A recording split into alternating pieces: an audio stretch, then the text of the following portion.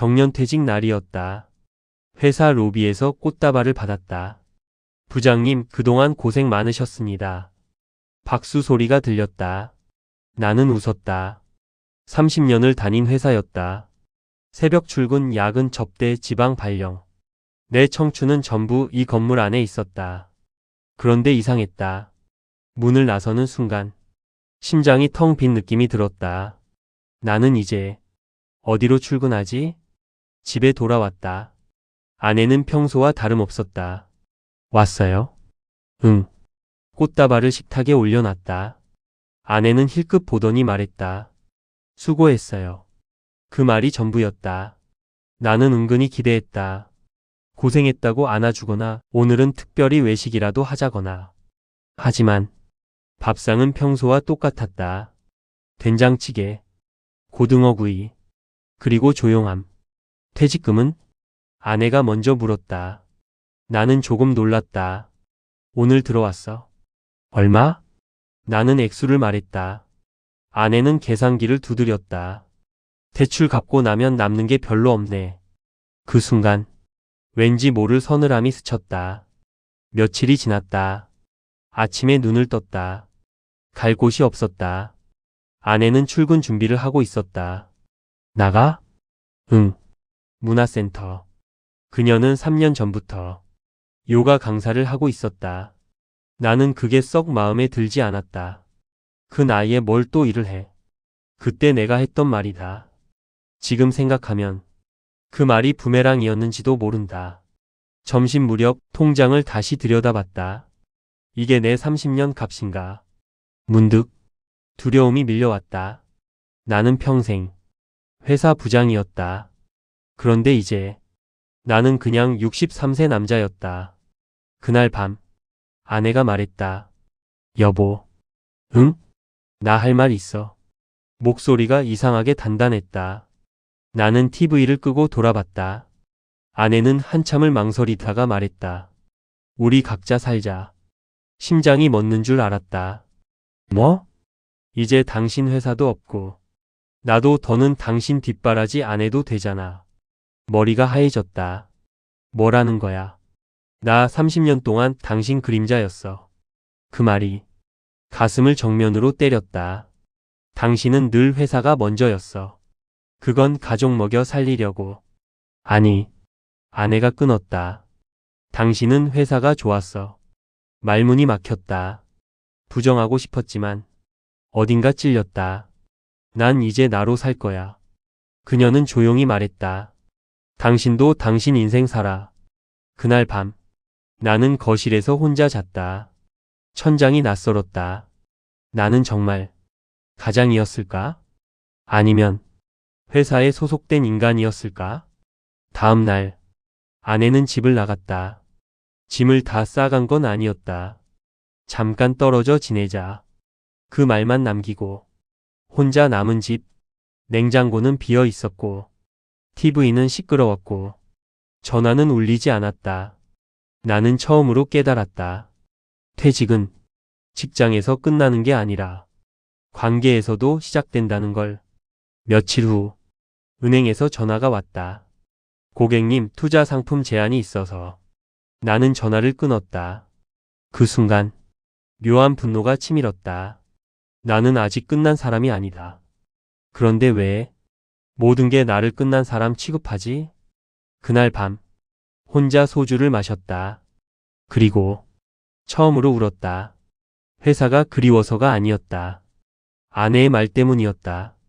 난 30년 동안 당신 그림자였어. 나는 그녀를 한 번이라도 사람으로 본 적이 있었나? 그때 전화가 울렸다. 형님, 동생이었다. 퇴직했다면서? 이제 편하겠네. 나는 씁쓸하게 웃었다. 편하긴. 형님 낚시나 다니고 그러지 뭐. 그 말이 왠지 비참하게 들렸다.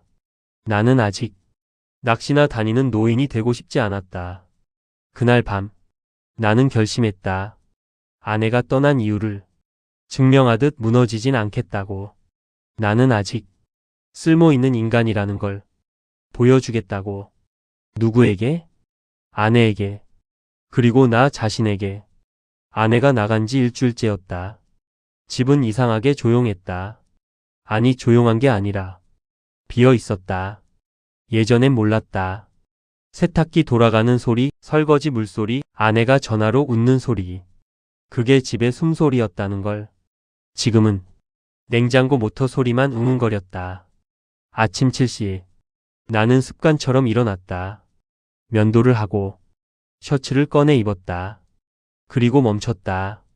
갈 곳이 없다. 셔츠 단추를 풀어 던졌다. 거울 속에 나는 부장이 아니었다. 그냥 눈가 주름 깊어진 노인이었다. 점심때쯤 아들에게 전화를 걸었다. 아버지, 바쁘냐? 회의 들어가야 해서요. 짧은 통화. 딸에게도 전화를 걸었다. 아빠, 나 지금 애 어린이집 데려가야 해서. 다들 바빴다. 당연했다. 나는 그들을 그렇게 키웠다. 일이 먼저다. 그게 내 신념이었다. 그런데 이제 그 신념에 내가 밀려났다. 그날 오후 아내의 문화센터 앞에 가봤다. 괜히 들어가진 않았다. 유리창 너머로 아내가 보였다. 환하게 웃으며 회원들과 이야기하고 있었다. 나는 처음 보는 얼굴이었다. 저런 표정이 있었나? 30년 동안 나는 왜 저 얼굴을 못 봤을까? 그날 밤 아내에게 문자가 왔다. 잘 지내? 나는 한참을 고민하다 답했다. 응. 거짓말이었다. 며칠 후 택배 하나가 도착했다. 내 이름으로 온 작은 상자. 열어보니 공구 세트였다. 보낸 사람은 예전 부하 직원이었다. 부장님 은퇴하셨다길래 집 수리하시라고 하나 보냅니다. 나는 한참을 상자를 바라봤다. 집 수리. 문득 생각났다. 베란다 문이 오래전부터 삐걱거렸다. 아내가 몇 번이나 말했었다. 좀 고쳐줘. 나는 늘 대답했다. 주말에. 그 주말은 오지 않았다. 나는 드라이버를 들었다. 처음엔 서툴렀다. 나사 하나 제대로 못 조였다. 손이 떨렸다. 회사에선 수십억 계약서에 사인하던 손인데 땀이 흘렀다. 30분. 1시간. 그리고 문이 조용히 닫혔다. 삐걱 소리가 사라졌다. 나는 한참을 문을 열었다 닫았다. 그 작은 소리에 이상하게 가슴이 뜨거워졌다. 그날 저녁 아내에게 문자를 보냈다. 베란다 문 고쳤다. 잠시 후 답장이 왔다. 그래? 그게 전부였다. 하지만 나는 처음으로 회사 말고 다른 걸로 무언가를 해낸 느낌이었다. 며칠 뒤 동네 슈퍼에서 경비 아저씨와 마주쳤다. 퇴직하셨다면서요? 네. 심심하시죠? 나는 웃었다. 좀 그렇네요. 그가 말했다. 아파트 시설 점검 도와주실래요? 요즘 젊은 사람들은 이런 거 잘 못해요. 나는 순간 자존심이 상했다. 내가 경비 일이나 하라고? 하지만 돌아서려는 순간 그가 덧붙였다. 소소하지만 보람은 있습니다. 그 말이 묘하게 걸렸다. 보람. 나는 언제 마지막으로 그 단어를 느껴봤지? 다음 날 나는 관리사무소에 갔다. 처음엔 단순한 전등 교체였다. 누군가 말했다. 어르신 감사합니다. 어르신. 그 단어가 거슬렸지만 감사합니다는 오랜만이었다. 며칠 사이 나는 점점 일이 늘었다. 수도꼭지 교체, 방충망 수리, 현관문 경첩 조정. 작은 일들이었다. 하지만 집집마다 문이 열리고 사람들이 말했다. 덕분에 살겠네요. 그 말이 내 심장을 다시 뛰게 했다. 어느 날 엘리베이터 앞에서 아내와 마주쳤다. 여보? 그녀는 놀란 눈이었다. 당신 여기서 뭐해? 시설 점검 좀. 아내는 한동안 나를 보았다. 힘들지 않아? 나는 고개를 저었다. 아니, 재밌어. 진심이었다. 그녀의 눈빛이 처음으로 조금 달라졌다. 그날 밤 나는 혼자 밥을 먹으며 생각했다. 나는 평생 큰 것만 쫓았다. 승진, 연봉, 직함.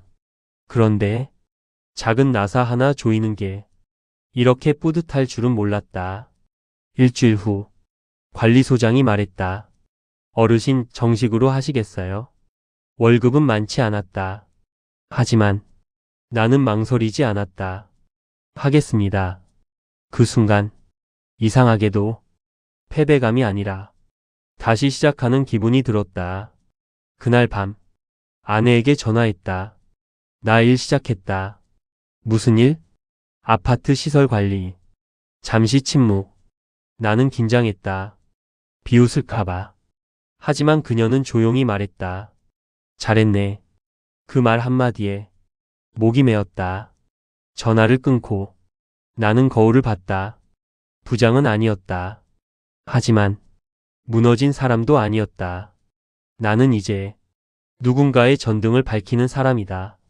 아주 작은 빛이지만 그리고 문득 깨달았다. 아내가 떠난 이유는 내가 돈을 못 벌어서가 아니었다. 내가 함께 살지 않았기 때문이었다. 나는 집에 있었지만 집에 없었다. 이제 나는 집에 있다. 비록 혼자지만 아파트 시설 관리 일을 시작한 지 한 달째였다. 아침 8시면 관리사무소로 출근한다.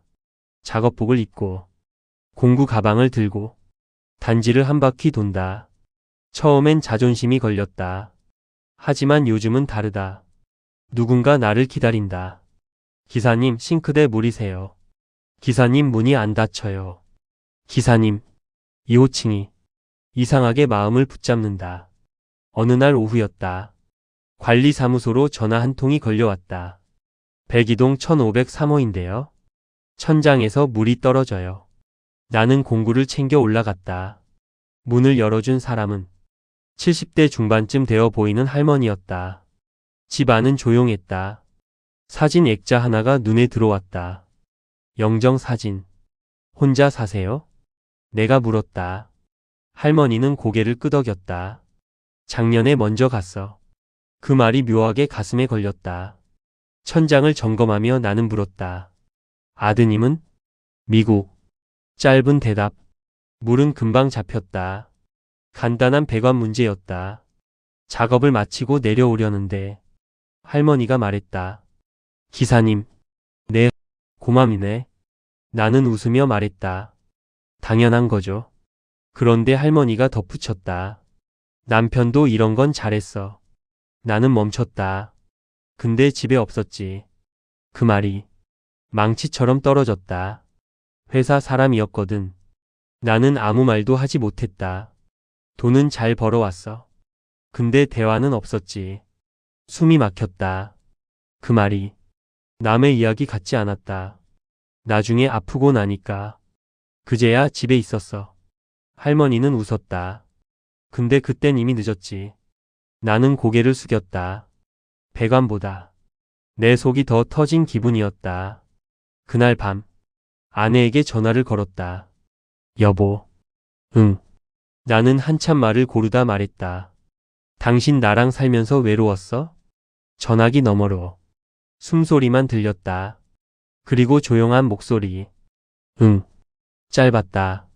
하지만 그 한 글자가 30년을 무너뜨렸다. 왜 말 안 했어? 말했어. 그녀가 말했다. 당신이 안 들었지. 나는 말을 잃었다. 기억을 더듬었다. 아내가 말하던 순간들. 오늘은 일찍 올 수 없어? 여행 한번 가자. 같이 영화 보자. 나는 늘 대답했다. 바빠. 그때마다 나는 스스로를 합리화했다. 가족을 위해서라고.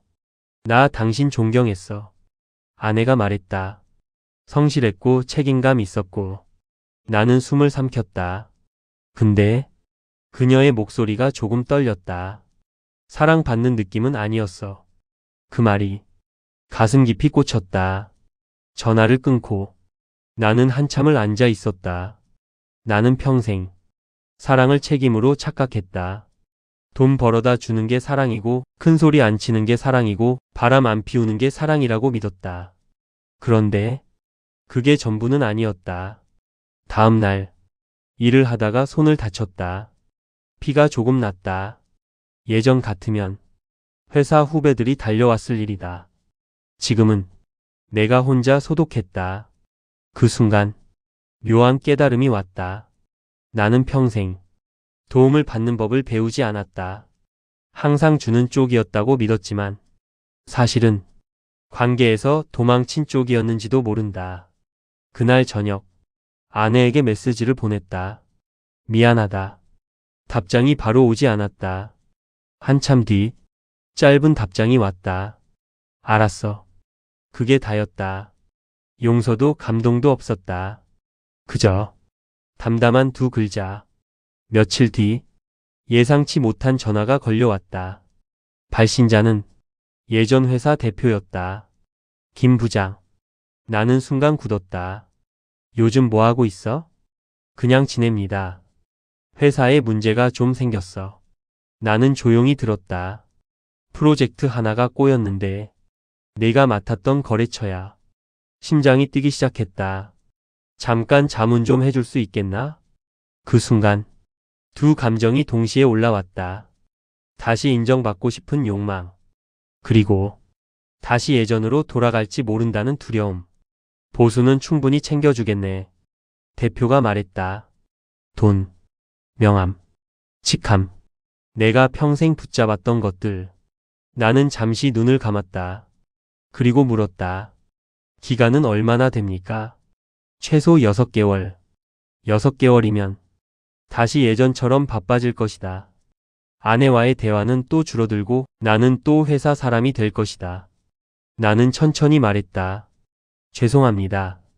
전화기 넘어가 조용해졌다. 난 이제 다른 걸 배우고 있습니다. 대표는 잠시 침묵하다 말했다. 그래 자네답지 않군. 전화를 끊고 나는 한참을 서 있었다. 이상하게도 후회는 없었다. 그날 밤 아내에게 전화를 걸었다. 나 오늘 회사에서 연락 왔었다. 그래? 다시 일하자고. 그래서? 나는 말했다. 거절했다. 잠시 침묵. 그리고 그녀의 목소리. 왜? 이제는 회사보다 사람이 먼저인 걸 배우는 중이라서. 전화기 너머에서 처음으로 아내의 숨이 흔들렸다. 당신 변했네. 그 말이 처음으로 희망처럼 들렸다.